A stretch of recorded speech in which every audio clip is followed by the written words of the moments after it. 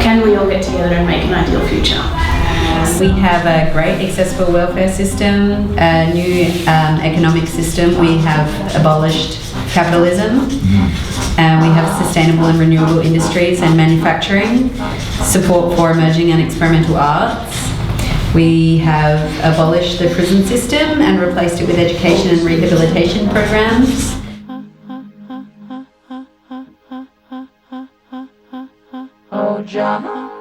She thought it was pretty okay because she knew every answer to every question that anyone had for her, and that feeling of knowing the answer was pretty good. So I felt like Louise had this little key to happiness for me that I kept retelling people about this woman that I met who told me this story about the ANZ. That's the only thing I can remember. On impulse I rang Louise. Louise, do you remember me? No, who are you? I explained that we'd had a cup of tea 5 years ago at a cafe in Melbourne. She said, oh, okay. And then I rang her back and said, would you like to come and maybe do an arts project with me in Adelaide? You'd have to come and stay here for the long weekend. And she said, I would definitely think about it. Are you coming home? Sorry, we have fast internet, of course. Sorry, there's 2 pets living here already. Sorry, no couples. Sorry, we're looking to establish more of a home than a house, you know? We are looking for a housemate like us, someone laid back, neat but not too neat, a person who likes to share the odd drink and meal but who otherwise keeps to themselves. Sorry, who respects other people's space. Sorry, who will take responsibility for themselves. Sorry, who will pay the bills on time. Sorry, who will mow the lawn because I don't like doing that. Sorry, we have fast internet, of course. Sorry, there's 2 pets living here already. Here come the plane. This idea that there's an expectation set up by this space just from the fact it's called awkward sex scenes. So people have been coming in and implying innuendo, and really we're quite dull. We're just sort of sitting here eating popcorn, watching TV and breastfeeding. I think participatory work like that is very different from kind of audience interaction, I think, which immediately sets up kind of sometimes a slightly abusive scenario where, you know, you're getting audience members to do things that they're not comfortable with doing. Yeah. And I think if audiences feel comfortable, then it's easier to kind of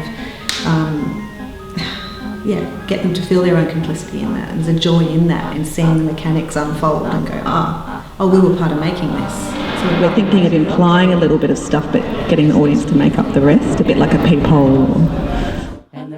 At the moment I'm in a meta-theatrical nightmare where I'm using myself within the story and I'm trying to work out what's going on. So there was a fairly significant personal story that happened to an acquaintance of mine, and I'm interested in using that as a starting point to explore, I guess, degrees of truth and degrees of how we portray ourselves in a public sphere and a private sphere. I have always wanted to be an actor. I started acting when I was 12 years old.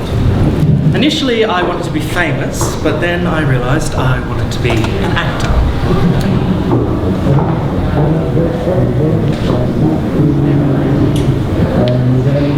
Now run along. I'd like to keep you, but I've got to keep my hands off children. Adios! Podcasts are such a cultural commodity, and so is theatre, and so are personal stories in theatre. And so that's why we went down this really obvious track of, okay, well, what is it if we turn it into a telethon and make it an actual economic commodity? And, you know, that's the easiest way we saw, I think, to start that conversation of pulling apart what it means to put someone else's story on stage and how we use that.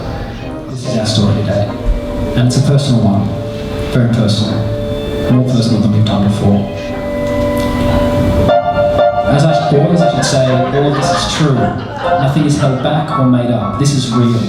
And it's a great story. A story about lost friends, about trying to reconnect, and about home. About going home. Statistics and numbers were seen as ho-hum, boring, when we've got all this stuff about the male gaze. Rather than, you know, looking at those boring old numbers was sort of seen as dreary, and I think maybe my generation dropped the ball too early on that one. Partly because, as I said, you know, postmodernism was pretty sexy and more fun in some ways. So. But what I thought what was important about that conversation, and yeah, it had its like huge problems, of course, but it was like owning up to the culture of feminism as it stands right now. That's the culture. That's where it's at. You know, it's like the older generation and the younger generation, and then this kind of weird in-between bit, and no one knows how to talk, and where are the men, and all this kind of stuff. It's like heaps going on. And I remember being in England in 1985 and hearing Barbados described as the island of voluntary apartheid. And it made me think, and it was true.